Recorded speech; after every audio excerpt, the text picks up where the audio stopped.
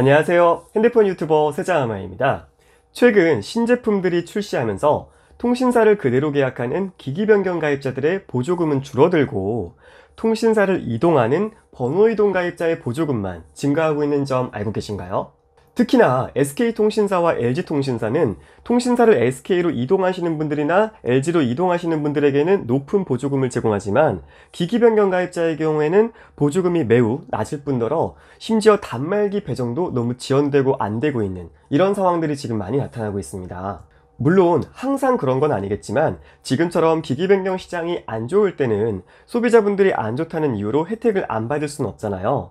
그래서 이번 영상에서는 지금 같은 시기에 알아두면 좋은 팁 한 가지를 소개해 드리겠습니다. 결론부터 말씀드리면 통신사를 2번 이동하는 거예요. 조금 더 구체적인 이해를 돕고자 그 예시를 하나 좀 보여드릴게요. 자, 지금 SK를 사용하시는 분이 있다고 가정해 볼게요. 그리고 통신사를 KT와 LG를 사용하시는 분들이 계세요. KT나 LG에서 SK로 이동하는 경우에는 높은 보조금을 받을 수 있고 그리고 단말기도 바로 배정받을 수 있기 때문에 소비자분들은 굉장히 만족하시겠지만 현재 SK통신사에서 가족결합이나 혹은 서비스의 만족감 때문에 그대로 사용하고 싶으신 분들은 SK에서 SK 그대로 계약할 경우엔 번호 이동이 아니기 때문에 이제 보조금 혜택도 좀 줄어들거나 없고 단말기 배정도 안 되는 경우가 나타나고 있다고 했잖아요.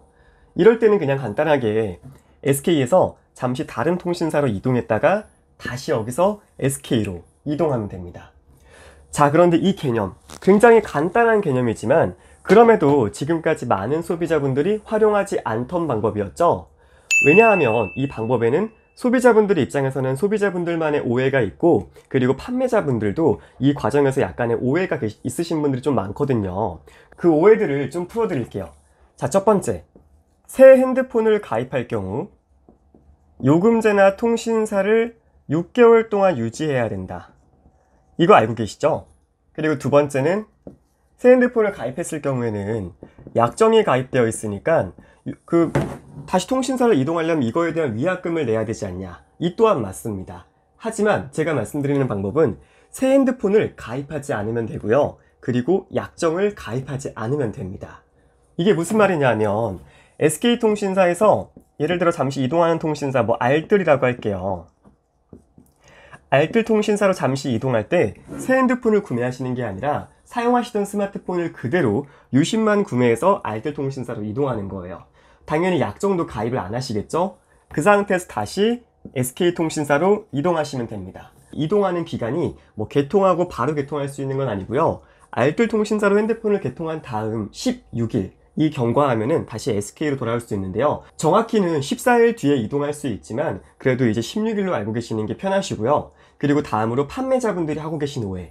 이 과정을 만약에 활용하게 되면 해지 재가입에 대한 페널티를 매장에서 물어내는 게 아닌지 걱정하시는 분들이 많으세요. 그래서 이 방법을 활용하지 않는 분들이 많은데요. 그 판매사분들 해지 재가입은 이것과 관련 없으니까 만약에 고객님들이 이 방법을 희망하신다고 하면은 그냥 이렇게 하셔가지고 번호 이동으로 가입하시면서 보조금도 더 제공해주면 됩니다. 물론 안 되는 업체들도 정말 간혹 있겠지만 제가 통신업계에서 근무를 적게 하진 않았거든요. 거의 한 10년가량 했지만 지금까지 저는 이게 안 되는 업체를 본 적은 없었어요.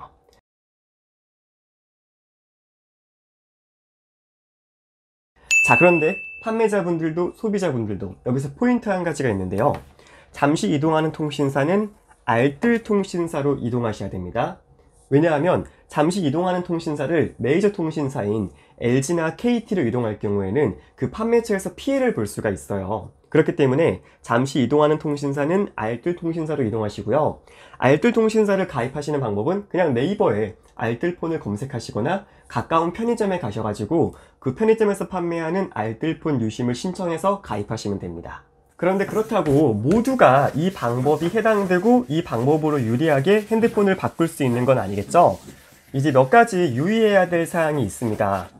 자, 첫 번째는 당연하겠지만 지금 사용하던 통신사에서 약정 위약금이 좀 적어야겠죠. 예를 들어서 위약금이 한 10만원가량 있다고 가정할게요. 그럼 소비자 입장에서는 야, 괜히 이 방법으로 이용했다가 위약금 10만원 토해내야 되는 거 아니야? 라고 생각할 수도 있으시지만 통신사를 그대로 계약할 경우에는 보조금이 없는데, 만약에 제가 말씀드린 방법으로 이동해가지고 뭐 20만원, 30만원 보조금을 받는다고 하면은 위약금 10만원 내는 거 아깝지 않잖아요. 이렇게 한번 비교해 보는 거예요. 내가 받을 수 있는 보조금과 내가 납부해야 되는 위약금을 서로 비교해 보는 건 거죠. 자, 그리고 두 번째가 가족결합. 이 가족결합은 좀 상황마다 달라요.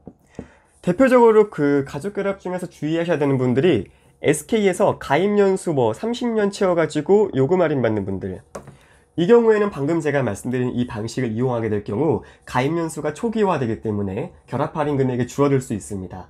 그렇기에 가족결합을 가입연수로 할인받으시는 분들은 이 방법을 활용하시면 안 되시고요.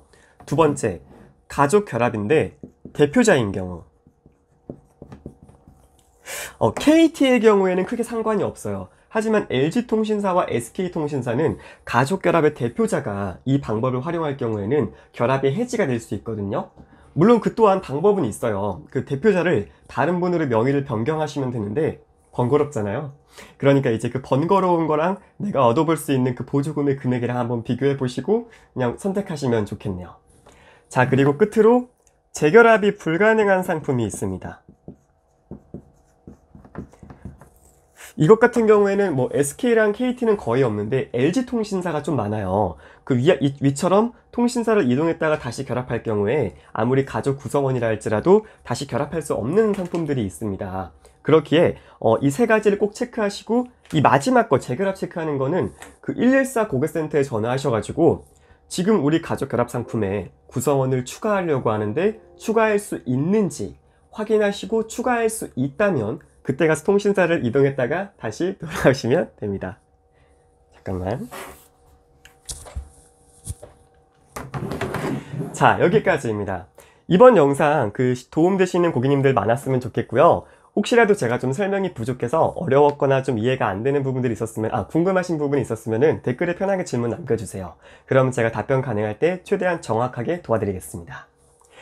자, 오늘의 영상은 여기까지입니다. 도움되신 영상이면 좋아요 좀 꼭 부탁드리고요. 그리고 가능하시면 구독도 부탁드리겠습니다. 저는 다음번에도 시청자분들에게 도움되는 자료로 찾아뵙겠습니다. 감사합니다.